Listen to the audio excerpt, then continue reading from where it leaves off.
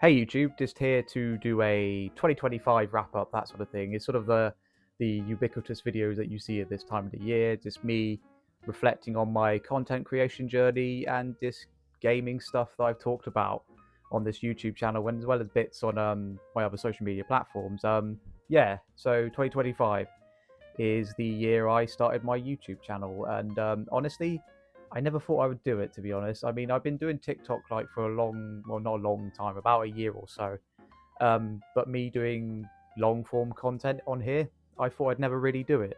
Not to say I don't have the attention span to do it, because if you get me going talking about anything that I'm passionate about, I can talk about it for hours and hours on end. And as you can see, some of my videos on here are like 30 plus minutes about certain games I've been talking about. But yeah, it's been quite the journey since August. I mean, it's slow going. I mean, I'm not even at like 200 subs yet, but I wasn't expecting to like jump to like 1,000 in a month, that sort of thing. But it's been good.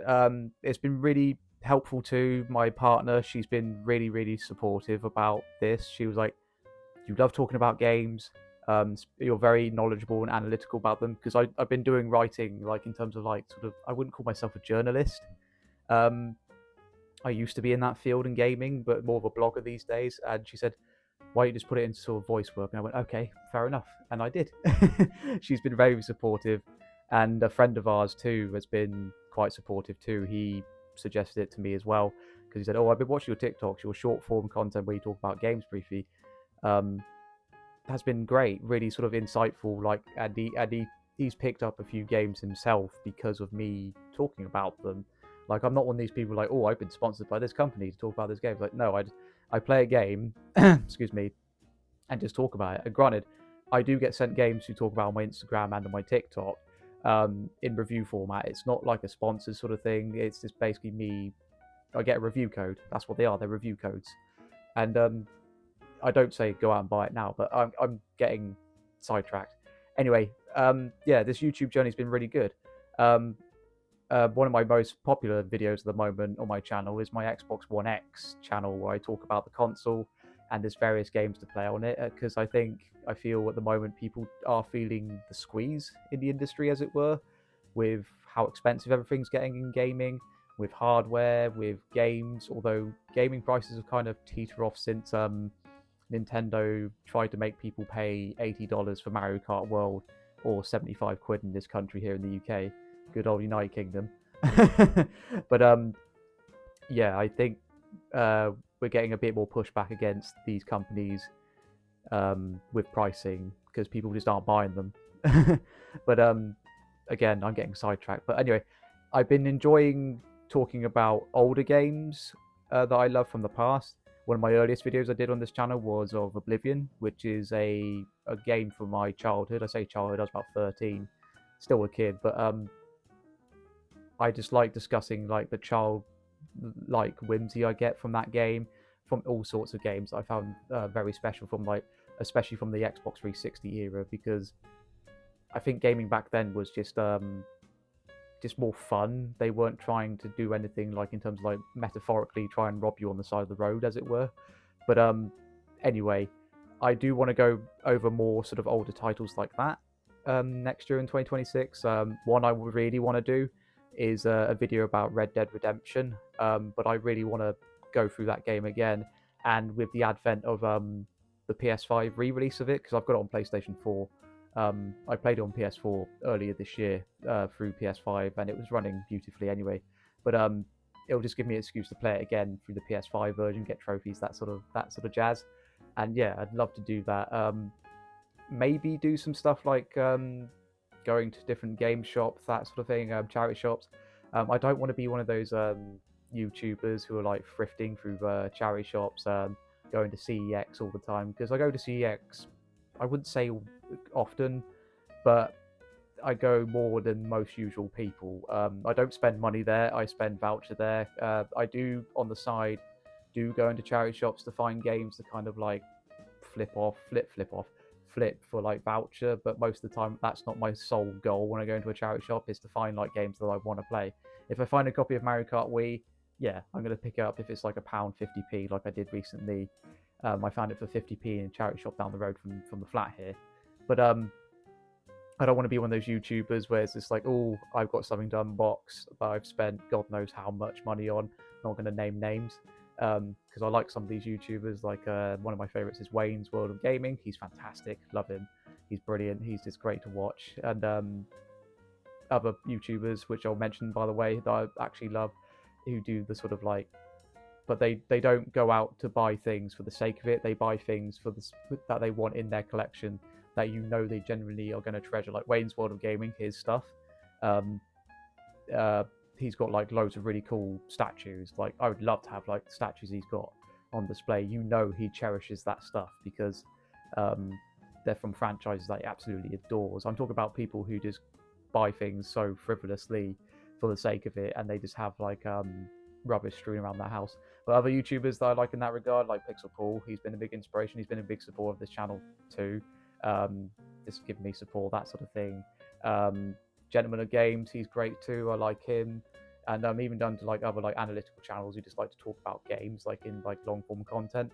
Luke Stevens, I really like him. He's been an inspiration for years because I just like talking about like the ins and outs of the industry too, here and there. And I could list more, but yeah, this YouTube journey's been really good, and the support for it has been fantastic too. Like I wasn't expecting like the support being so good. Obviously, when you're on the internet, you'll get like these I wouldn't say troll, but you get people who just want to leave angry comments for the sake of it, and just kind of like as they put it in Batman, some people just want to see the world burn. But again, I've talked about this before. I've got an emotional shield against this sort of thing. Is it annoying? Yeah, of course it is. But you just kind of go, you just shrug your shoulders at the end of the day. But yeah, I want to keep like this YouTube channel purely about playing games for analytical purposes and talking about them to you, recommending like an old classic that you may not know about, or even some of the newer games that sometimes I will get sent through Instagram and TikTok. Which I'll then transfer to here, which I did with Metroid Prime 4 a few weeks ago. I'll still be doing that, but maybe I'll be doing more sort of like vloggy stuff, like with the outdoor, like being outdoors and like in certain game shops, comic book shops.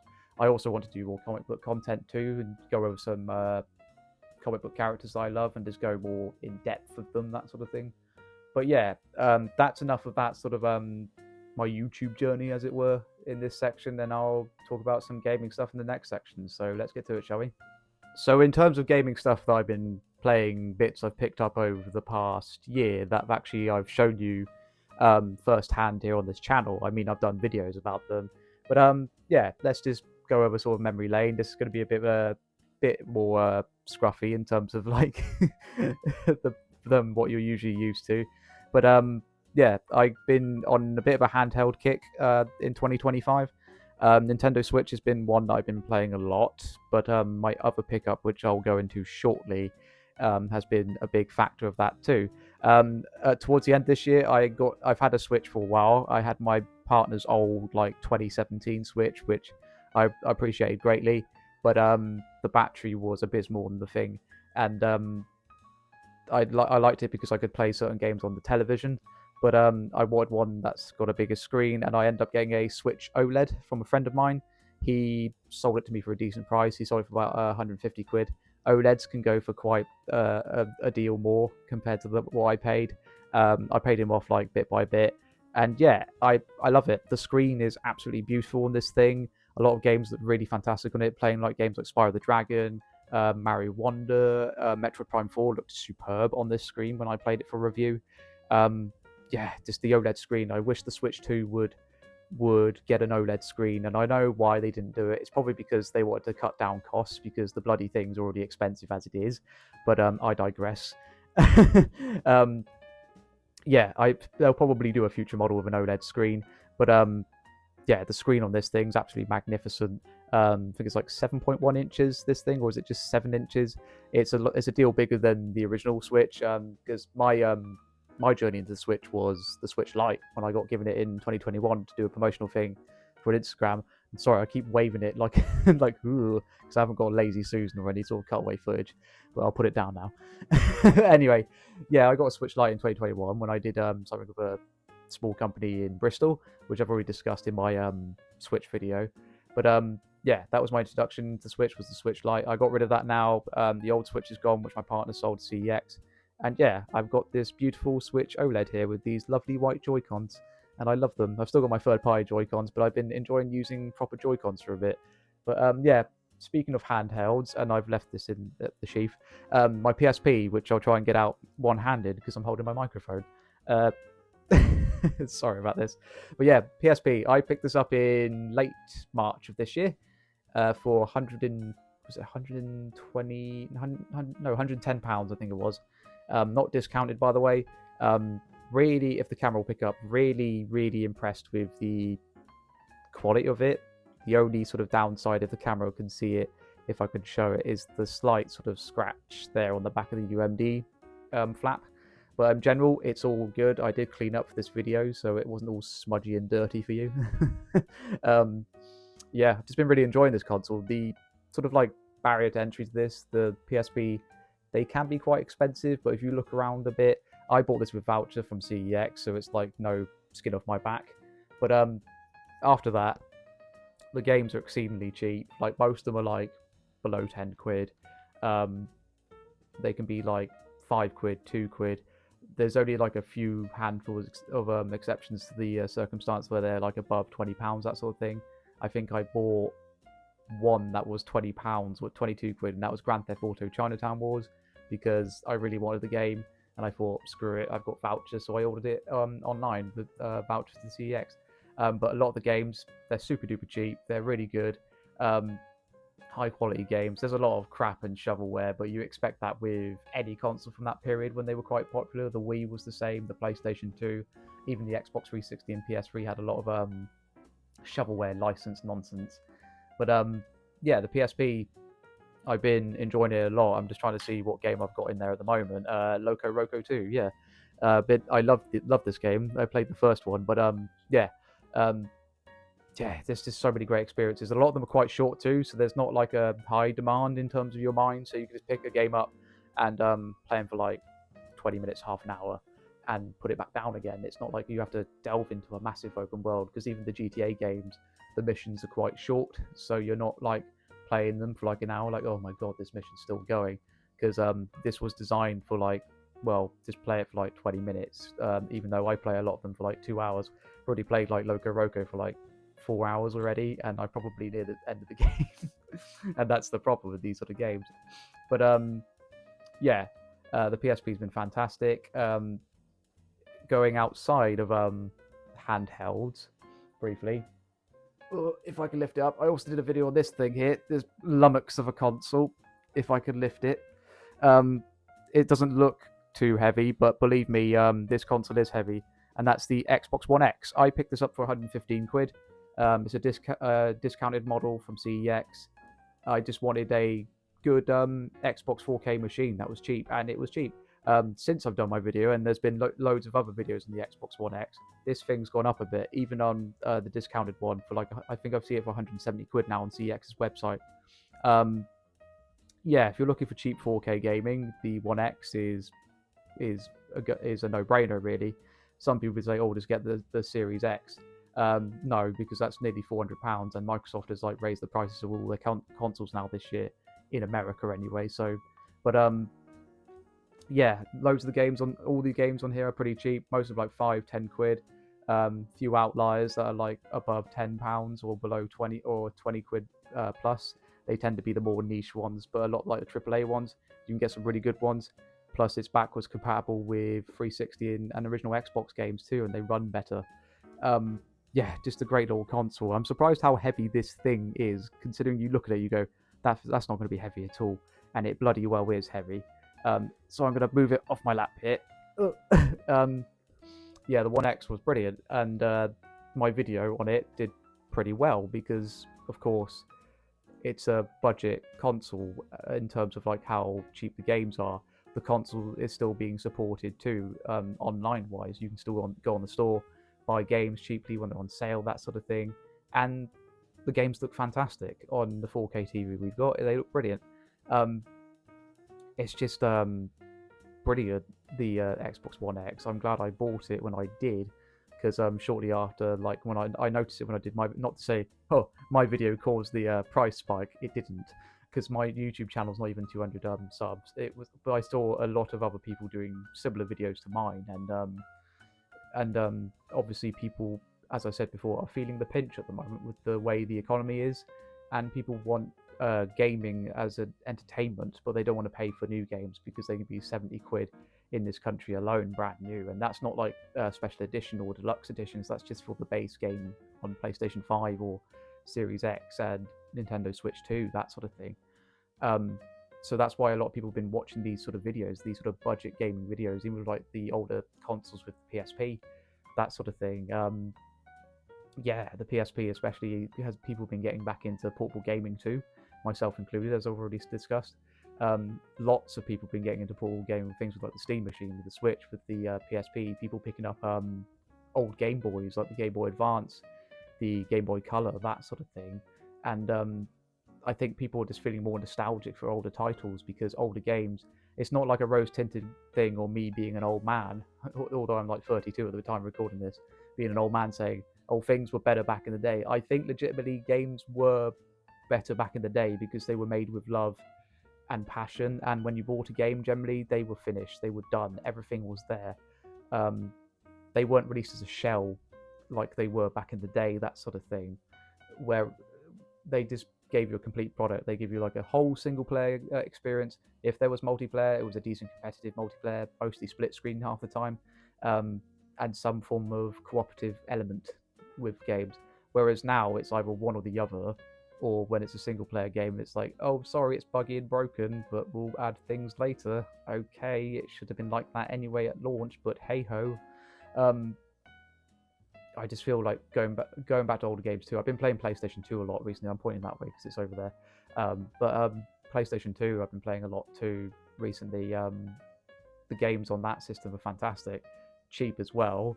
Of course, outliers that are expensive, but PlayStation 2 just absolutely superb with the library you can get, like the old GTA games. I've been playing Scarface on PS2 and True Crime Streets of LA, which is, if you've never played True Crime Streets of LA, it is amazing and it's funny in all the right ways. It's very 2000s with its humor, but it's brilliant, absolutely over the top. John Woo sort of diving through the air with dual pistols, martial arts. If you don't know what it is, Sleeping Dogs, if you know that game, that was originally a true crime game. It was True Crime Hong Kong before Activision dropped the license entirely. So anyway, but True Crime Streets of LA, brilliant. If you've got a PlayStation 2 and you've never played it, pick it up. But older games I've been playing a lot this year, even like older titles on the PlayStation 5. Ratchet and Clank, I beat a couple of weeks ago. Rift Apart, brilliant game. We bought that for 15 quid. If you've got a PlayStation 5, it's easily like a must-have. But that doesn't mean I've not been playing new titles altogether, which I'll get into now. I've covered a few new titles through my Instagram before I started YouTube here.